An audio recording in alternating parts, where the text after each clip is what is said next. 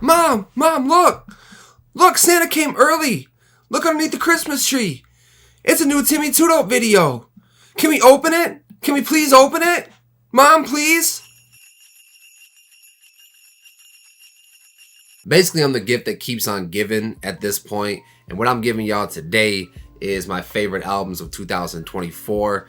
No real metric, no real rating or anything for these albums. If I enjoyed these albums, they're gonna end up on this list. So yeah, I'm gonna waste no more time, not gonna do a long ass intro. Kicking off the top 10, we got Schoolboy Q with Blue Lips. I was so hyped when this album got announced, and the rollout I really appreciated as well, because he would drop like Yearn 101, I think Lovebirds, a few other tracks, Back in Love, I think. He would drop like a 40-second snippet video with it or whatever. It would just be like a certain part of the song, but you know, you kind of it would tease the viewer into remembering that song, and then when you get the track list and you get into the album, you're like, damn, this isn't starting the way that song did, and you're kind of waiting for that part to kick in. It's kind of like a psychology hack, you know what I mean? Kendrick's been doing the same thing with teasing Broccoli in the Not Like Us video, and then waiting, building up that anticipation. You get it. The GNX trailer kind of doing the same thing. I just love that smart business, you know what I mean? Smart marketing. Love that shit. But as far as like the content on the album, absolutely love damn near everything about this album. Production side, everybody that produced, that made beats for this album, shout out to y'all, because y'all did your thing. So many beat switches throughout, which I definitely see as like a trend in hip hop the last couple years. I'm honestly kind of getting sick of it at this point, but Schoolboy did it at its peak, you know what I mean? Pop with Rico Nasty, maybe my favorite gym song this entire year. That shit just makes me just want to throw shit, bro. Just makes me want to wild out, get ignorant as hell. Thank God for me. Schoolboy just got a charisma that nobody else can match, bro. Blue Slides, one of Schoolboy on this more somber tip, talking about Mac a few times in there. Y'all know what I'm talking about. If you listen to this album, if you haven't listened to this album, you're a Schoolboy Q fan, highly suggest it. Actually, if you're a Schoolboy fan and you haven't listened to this album yet, you're not a Schoolboy fan, so card revoked. At number 9, we have Ab Soul with Soul Burger, and it's only fitting because the intro to this album, 9 Mile, crazy. Mindfuck is the only way that I can describe it as, because you have the Belly intro, which I don't know the actual name of it. The Belly intro where he's kind of just, it's like a lyrical exercise, and then it transitions into Shook Ones by Mobb Deep, but he's definitely taking inspiration from Eminem in 8 Mile when he's doing the battle rap over Shook Ones. So all that just coming together, complete mindfuck. Absolutely loved it. There is a lot of, I won't say a lot, but there is a few skippable joints, couple forgettable joints on this album. But the fact that this album is supposed to be a dedication to Dough Burger, and it's kind of a amalgamation of Ab Soul and Dough Burger creating Soul Burger, like he mentioned them doing the fusion dance or something like that. Keeping that in mind, the more I listen to it, the more I enjoy it. On first listen, I was kind of a little lukewarm to it, but keeping that in mind, the context in mind, definitely elevates it in my opinion. I Myself and Me with Doechii really reminds me of Alori Joe on that track. If you know Alori Joe was Ab Soul's girlfriend way back in the day, jumped off a water tower, committed suicide. Tragic. But she used to be on songs with Ab Soul, and her voice was just beautiful. And Doechii in this song is almost like embodying her. And the song really is cut from the same cloth as like a Do Better by Ab Soul as well. Crazier with him and JID is just them sparring lyrically back and forth. If you're a hip hop head, you'll definitely love that. Peace with Lupe Fiasco, Punch, and Soul Burger. The way I had to have used AI to recreate Soul Burger or Dough Burger's voice. but hearing his verse like talk to Absol as if, you know, it's him writing the verse, recording the verse in the afterlife, just gives me chills, man. Absol in his creative bag right now, and I'm loving it. Number 8, Childish Gambino, Bando Stone in the New World. And I'm gonna start this entry out by saying, Gambino, if you're watching, and I know you watch my videos, if we don't get the movie that you teased us with to go along with this album soon or at all, what are we doing? Don't be like 21 Savage. Don't tease us like that. I feel like somebody else did that shit to us too. Don't be like them. Feed us. Give us this movie. You got me hyped for this movie for no reason, bro. Deliver. Make good on your promise. But with that being said, the music was great, man. The music was great on this album, bro. Lithonia got me in my little emo bag. You know what I mean? Sad as hell. About to call my ex and shit. Steps Beach. More, you know, on that acoustic shit. Just like the No Excuses was. You know, the long 7-minute joint. Talk my shit with Amory. I always fuck up her name. And Flo Milli. Yoshinoa, he was actually rapping, getting in his rap bag. Yeah, he had his son, Legend, on this shit. Which everybody says is their least favorite song, but like the context is enjoyable. You know what I mean? It's wholesome. I like it. Got Yeet on this bitch for the younger crowd. In the Night with Georgia Smith and Amory. I'm gonna get into it in my songs of the year list, but whoo, that song is a smoker, bro. Dadvocate, absolutely love that hook. This album, just front to back, just the energy, the pacing of it, the sequencing of it is great. And as I alluded to at the beginning of this, there was a movie that was teased to go along with this. The trailer got released and everything, and within the songs and the intros and the outros or whatever, there's like audio of the movie spliced in and shit. So Gambino, man, don't let me down. Number 7, Lupe Fiasco, Samurai. Now, if somebody told me at the beginning of this year a rapper is gonna make an album and it's gonna be about the idea of if Amy Winehouse were to be a battle rapper, I would laugh you out of whatever room that we're sitting in, bro. But then if you told me that Lupe Fiasco was gonna be the rapper that was gonna attempt to do such a thing, I'd be with it. Because he's about the only one that could pull off some shit like this. That was a real idea. That was a real thing that actually was gonna happen. There's a voicemail out there. There's footage out there of her calling a producer, a mutual producer of her and Lupe's, and saying, basically the chorus of the intro track, Samurai, says, I got these really neat, beautifully alliterated little battle raps for you. That's basically word for word what she said on that call to the producer. And Lupe took that, made it into the hook for the title track on this album, and then took that and used that as inspiration for the entire album.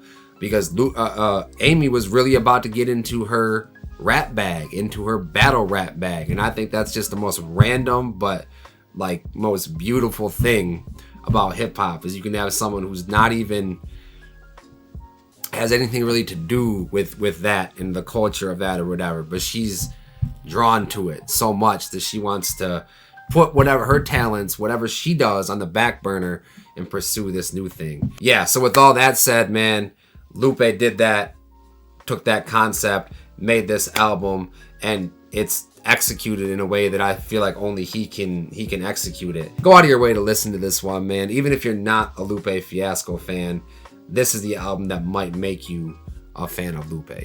Number 6, J. Cole, Might Delete Later. What can I say about this album, man? The context aside of everything that came after this album in a vacuum, fucking amazing. Some of the best rapping start to finish that I've ever heard on any project ever. It's amazing. Pie with Daylight and Absol. Oh my God, what a display of lyricism. The conviction that he's speaking with, the delivery, the lyricism, the metaphors, what did he say on one of the tracks? Something, bust them down and throw them into cab like they from East Atlanta, like shit like that. Blew my mind. You know, the whole album and shit. The features, minimal but very tastefully done. Young Dro and Gucci on the intro with Ari Lennox. You got Cameron, Central C, Boss, Absol, Daylight, like I said. This album was great. I can't say enough good things about it. But I think it does get tainted for a lot of people, and me a little bit, not as much as most people, with everything that came out. 7 Minute Drill was a track on here, dissing Kendrick, but then he deleted it. Apologized for even putting out the track later, and so that did kind of taint it. And I don't fully agree, but I understand people when they start to talk about that, like, best rapper, who wants to smoke, like, nobody wants to smoke with me, nobody wants problems, all that tough rapper talk. It kind of takes the sting out of it when you do what you did. Me personally, I'm of the belief that he's not talking about going track for track diss tracks. He's talking about, let's get on a track together and see who can outverse each other. Let's see who can outbar each other. That's where I think Cole is talking about in the competitive aspect of things. But I could be wrong. But all that aside, just this album in a vacuum, some of the highest level of rapping that I've ever heard. Top 5 territory. Number 5, Perfect Fantasy, Earth Gang. I can't say enough good things about this album. And first of all, I didn't expect really to get this album in 2024, so I didn't expect an Earth Gang album to be on my top 10, let alone my top 5. But man, this album hit in every single way from the very beginning. The song Deep Blue, one of my favorite songs of this entire year. It gives me a feeling that I can't describe. It gives me a feeling that no other song has ever made me feel. You can go into Osmosis. You got You Gotta with Pharrell, which Pharrell and Earth Gang has been a collab that I've been wanting for a long time. T-Pain and Earth Gang as well. This song is just full of hits, bro. So many hits from start to finish. Bobby Boucher, which they released last year, I think. There's a few tracks on here that they released, previously that wound up on here. They released a whole EP from The Wake through Imagine. They released a whole EP of just that, but it was kind of dope seeing that pop back up on the album, interspersed with songs that I didn't know. A little bit of familiarity was nice. The only downfall, the only bad thing I can say about this album is that it's a little long. It's 18 tracks, but just over an hour as far as runtime. Nothing crazy. Nowadays you're seeing 28 songs and the shit's like 2 hours and shit. It's not that at all. Another kind of negative, it's not their fault at all. Dreamville or whoever they're signed with right now, I don't know if it's a major or not, did a terrible job at promoting this album, because I really haven't heard a peep. I think I might have saw them do an interview with Apple Music, maybe another interview somewhere, but besides that, this has been terribly promoted. And if I wasn't the fan that I am, I wouldn't have found out about this. It's not popping up, YouTube Music. It's not popping up at the front there. I don't know if it is with Apple Music or Spotify or other places, but piss poor job at promoting such a great album.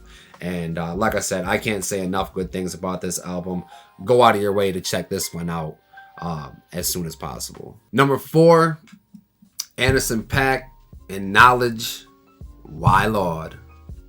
Now, as ignorant as it might be to say, when I found out that Anderson was getting a divorce, the first thing I thought of was, this next album gonna be crazy, bro. And nailed that shit right on the head, bro, because this album is unbelievable. If you like soulful type shit, like, you know, if you're a fan, you know what him and Knowledge do when they're together.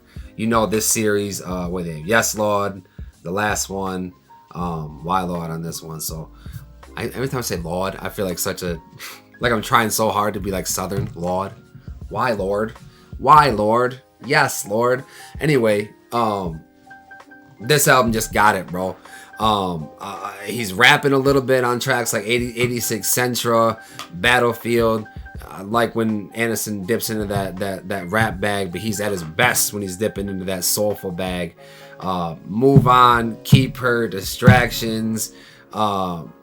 Great songs in their own right, but the run from Where I Go, Daydreaming, From Here, Fall Through, Battlefield, I guess Here I Am was a little like interlude or whatever, but then Out My Way, that string right there, I'll put it against like any run of R&B soul songs this entire year.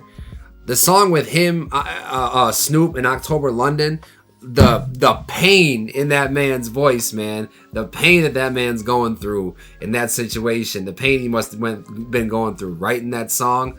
Oh my God, bro. The guitar in Daydreaming is just crazy. Ray Khalil holds down her verse. Absolutely love the hook on Fall Through. That's one of the best hooks that I've heard this entire year. Yeah, I could go on for days about this album, but if you like soul, if you like R&B, you'll love this album, and I'll put this album against any other R&B soul album that came out this year. Number 3, Doechii, Alligator Bites Never Heal. I love this album so much, bro. But what can I say about Doechii and about this album that hasn't already been said, that you haven't already watched the video of on your phone? I'll sit here and gush about Doechii for days, bro. This girl is a star. By any metric, by any way you slice it, any way you define the word star, Doechii is that. I could see her being on like the Beyonce level of things, like that big of a superstar. Yes, she's more of a rapper for sure, but I said it in my predictions video for next year. Doechii's about to take over. This is just the start of it. Her Stephen Colbert performance, her Tiny Desk performance, maybe the best Tiny Desk performance I've ever seen. She has such charisma, such star quality, such a control over the crowd, such control over what she's doing on the stage. Everything's intentional. But as far as this album, or mixtape I should say, Grammy nominated. She's 4 times Grammy nominated with her that's her 3rd mixtape, but this feels like the first one. You know what I mean? Like, I think this is the first one definitely since she's been signed to TDE. But apparently her actual album is coming later this year. So this is just an appetizer for what's to come. I won't say heavy on the boom bap shit, but that's her comfort zone, it seems like. But then you get down to the song Boom Bap, where she is talking about, bro, don't box me in, I'm not just boom bap. That song is, the best way I can describe it is satirical frustration, where she's being kind of lighthearted about it, but at the core of it, like, listen to what I'm saying, bro, don't box me in, I'm not this. She's shown she can do the TikTok shit. She can do the hits, with what it is. She can sing persuasive with SZA. She can make the unhinged shit. She can do Denial is a River, which is like a split personality storytelling joint. She can be on the boom bap shit.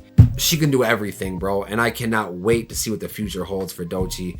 I can't wait to see what this new album is like. If this is the mixtape and it's Grammy nominated, bro, I can't wait for the album. Number 2 might have been number 1 if I had a little more time to sit with it, but I've been replaying the shit out of it just like everybody else.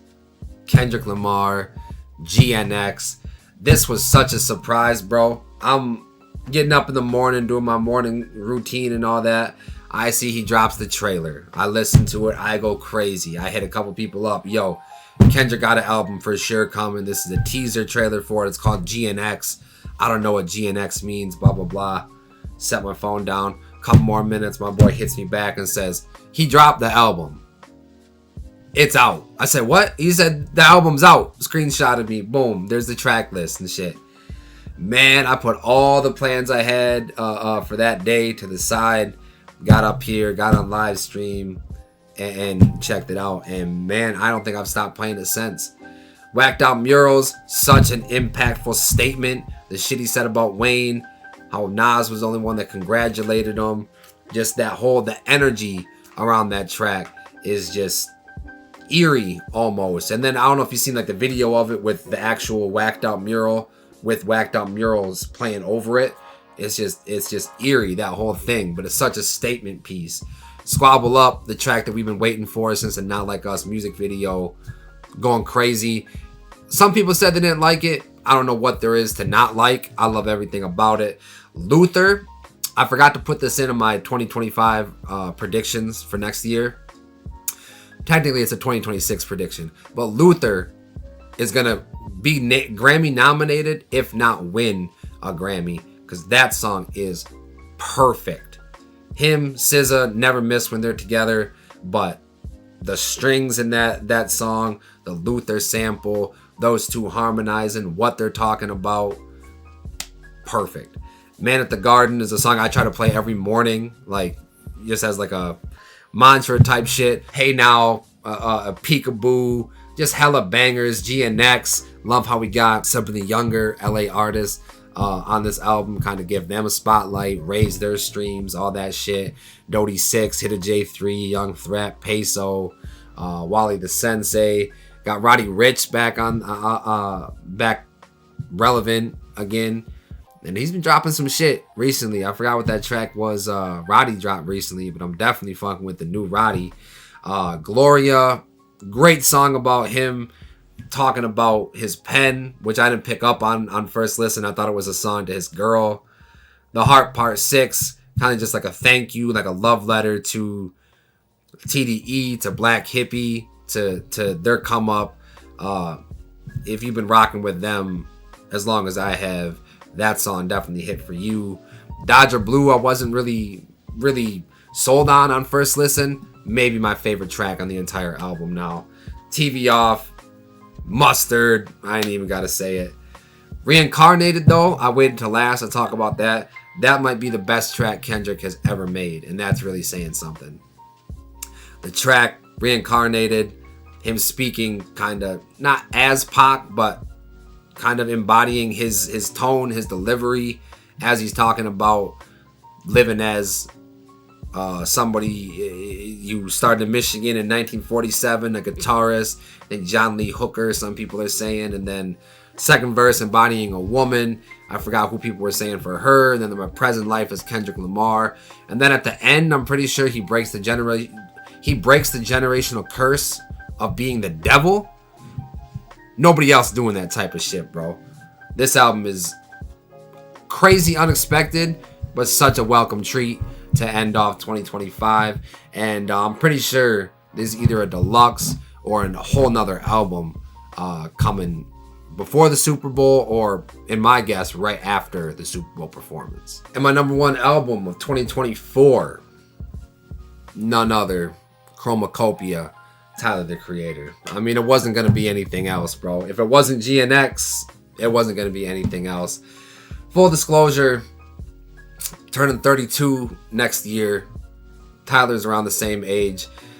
He's talked about this album being his like 30s album, and you know, as you get into your 30s, if you're in your 30s, you kind of understand. If you're not, you will understand soon. Very confusing time when you have friends buying houses, having kids, starting families, starting businesses, doing all this shit, and you're over here. Like in Tyler's case, he's like, oh, I just got my Ferrari painted pink. But in my case, you're like, oh, I just watched The Wire for the first time and edited that video and uploaded it. It's like, what am I doing with my life?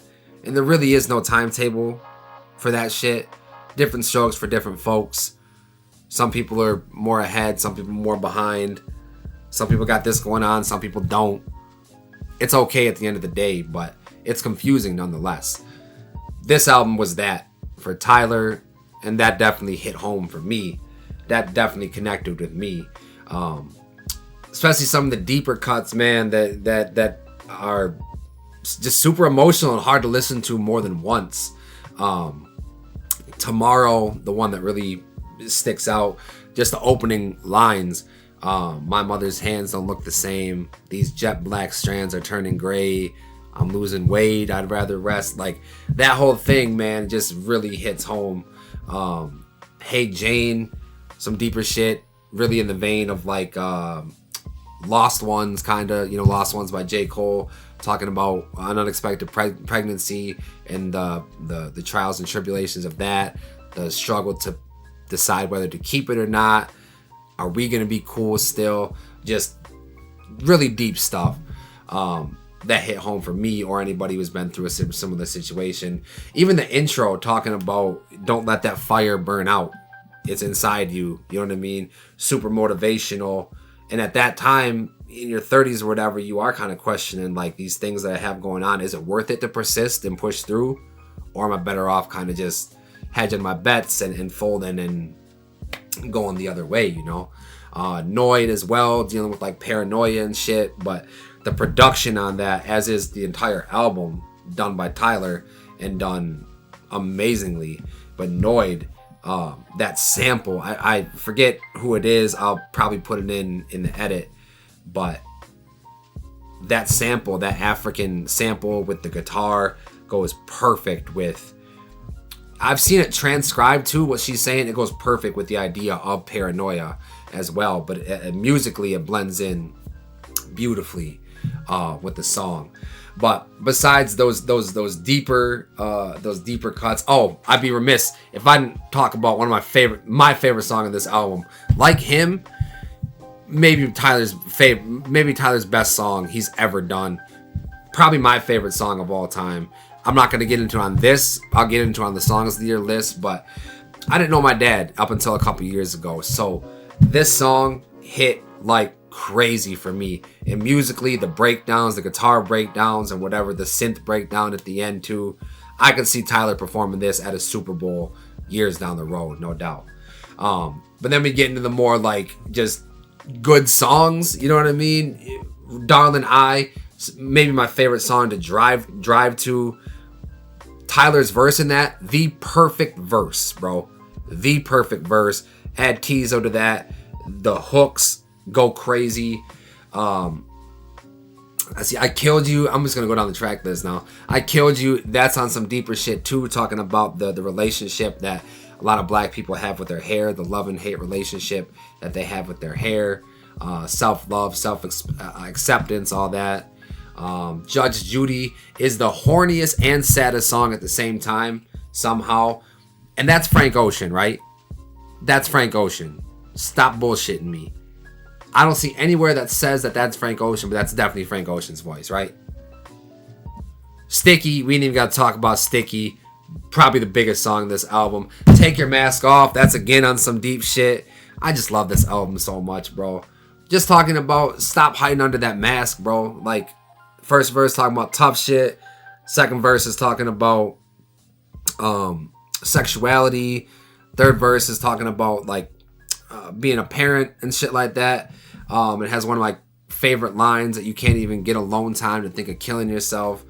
That's crazy impactful. Definitely hits deep for me. That's one of my favorite songs. We talked about Tomorrow.